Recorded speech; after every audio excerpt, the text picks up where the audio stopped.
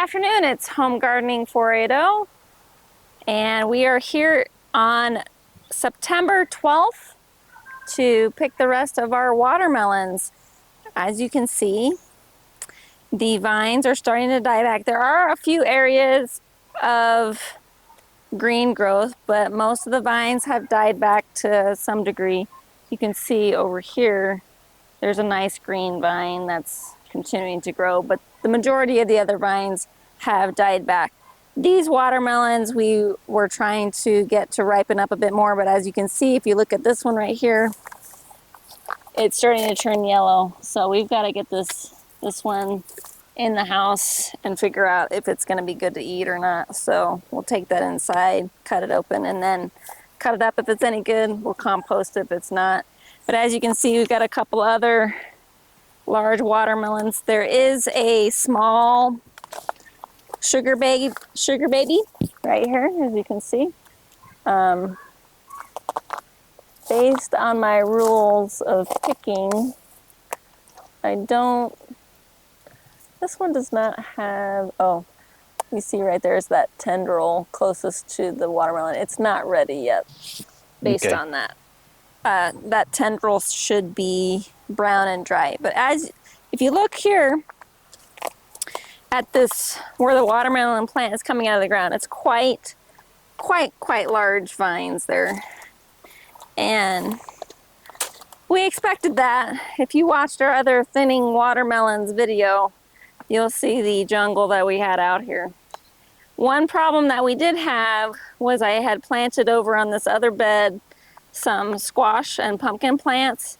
We did have squash bugs come in and basically destroy them. They did move over to our first zucchini plant, but I came out and sprayed them with some soapy water solution and got most of them under control. I'm going to do it again in the morning to continue to control the population. Our squash plants over there are still producing, but we've got to get ready to turn this bed over. The temperatures have finally dropped down. I think the high today was 98 or 99. Yes, 98. Yep, but we're going to cut the rest of these watermelons. Then we're going to clean up these vines and get them put in the compost. Tell them what happened to one of the ladies that was driving and stopped by. Oh. So it was my day off, and it's about lunchtime, and somebody stopped in front of the house and came and knocked on the front door, and I came out, and she said she wanted to buy a watermelon and how much I would sell it for. And I said, well, they're not for sale, but I'll give you one. And she refused my offer of a free watermelon, but I gave her one. She gave me a couple bucks. It was kind of funny, I thought. But anyway, a lot of people are just impressed that we're doing this.